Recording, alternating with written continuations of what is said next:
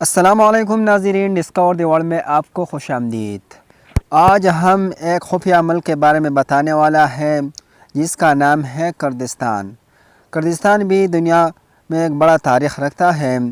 Kurdistan کی تاریخ پیچیدہ ہے اور صدیوں پر محیط ہے۔ کردستان مشرق وسطیٰ کا ایک خطہ ہے جو کرد لوگوں کا گھر ہے، ایک نسلی گروہ جس کی اپنی زبان اور ثقافت ہے۔ کردستان کی تاریخ خود مختاری اور خود ارادیت کی جدوجہد سے عبارت ہے۔ یہ ایک مختصر جائزہ ہے۔ نمبر 1، قدیم تاریخ۔ کرد ہزار سالوں سے اس علاقے میں آباد ہے۔ ان کے پاس قدیم زمانے سے تعلق رکھنے والے ایک بھرپور ثقافتی اور تاریخی ورثہ ہے جس کا ذکر مختلف تاریخی ریکارڈوں میں موجود ہے۔ نمبر 2، قرون وسطیٰ کا دور۔ قرون وسطیٰ کے دوران یہ خطہ کئی کرد سلطنتوں میں تقسیم ہوا اور کردوں نے مختلف سلطنتوں میں اپنا کردار ادا کیا جن میں سلجوق اور عثمانی سلطنتیں شامل تھے۔ نمبر 3، نو آبادیاتی حکمرانی۔ پہلی جنگ عظیم اور سلطنت عثمانیہ کے خاتمے کے بعد سروس کے معاہدے 1920 میں کرد ریاست کے لیے دفعات شامل تھے، لیکن اس کا کبھی احساس نہیں ہوا۔ اس کے بجائے یہ خطہ ترکی، ایران، عراق اور شام سمیت جدید دور کی کئی ممالک میں تقسیم تھا۔ نمبر 4، خود مختاری کے لیے جدوجہد۔ 20ویں صدی کے دوران ان ممالک میں کرد برادریوں نے جبر کا سامنا کیا اور خود مختاری یا آزادی کی کوشش کی۔ کرد بغاوتیں اور تحریکیں جیسے کرد ڈیموکریٹک پارٹی اور کردستان ورکرز پارٹی کردوں کے حقوق کی وکالت کے لیے ابھرے۔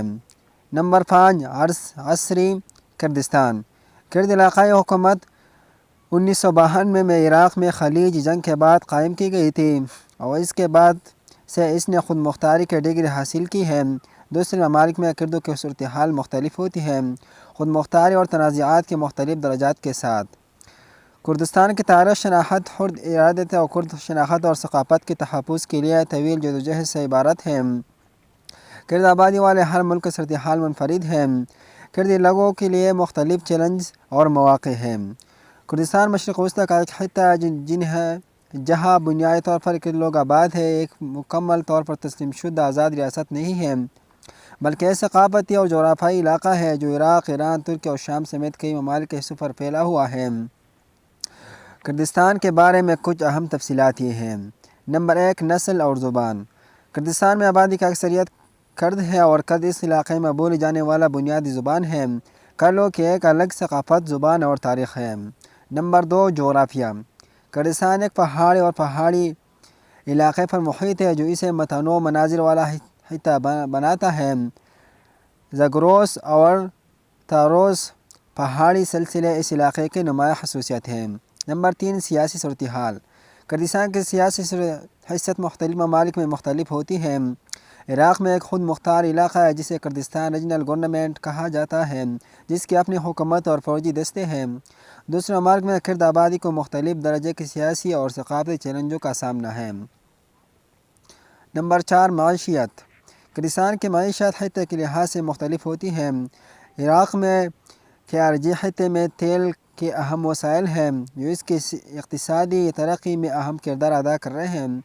کردستان کے دیگر حصے زراعت، تجارت اور دیگر صنعتوں پر انحصار کر سکتے ہیں۔ نمبر 5، ثقافت۔ کرد ثقافت بھرپور اور متنوع ہے۔ اس کی اپنی موسیقی، رقص اور روایتی لباس ہیں۔ یزیدی اور اشوری کمیونٹیز بھی کردستان کے کچھ حصوں میں آباد ہیں جو اس کی ثقافتی تنوع میں اضافہ ہے۔ نمبر 6، تنازعات۔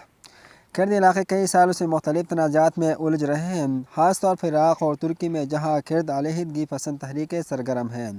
نمبر 7، سیاحت۔ عراقی کردستان کے کچھ حصے اپنی قدرتی خوبصورتی اور تاریخی مقامات کی وجہ سے سیاحت کے لیے تیزی سے مقبول ہو گئی ہیں۔ اربیل اور سلیمانیہ قابل ذکر شہر ہیں جو سیاحوں کو اپنی طرف متوجہ کرتے ہیں۔ پیارے دوستو، اگر ویڈیو پسند آئے تو ویڈیو ضرور لائک کریں اور دوستوں کے ساتھ بھی شیئر کریں۔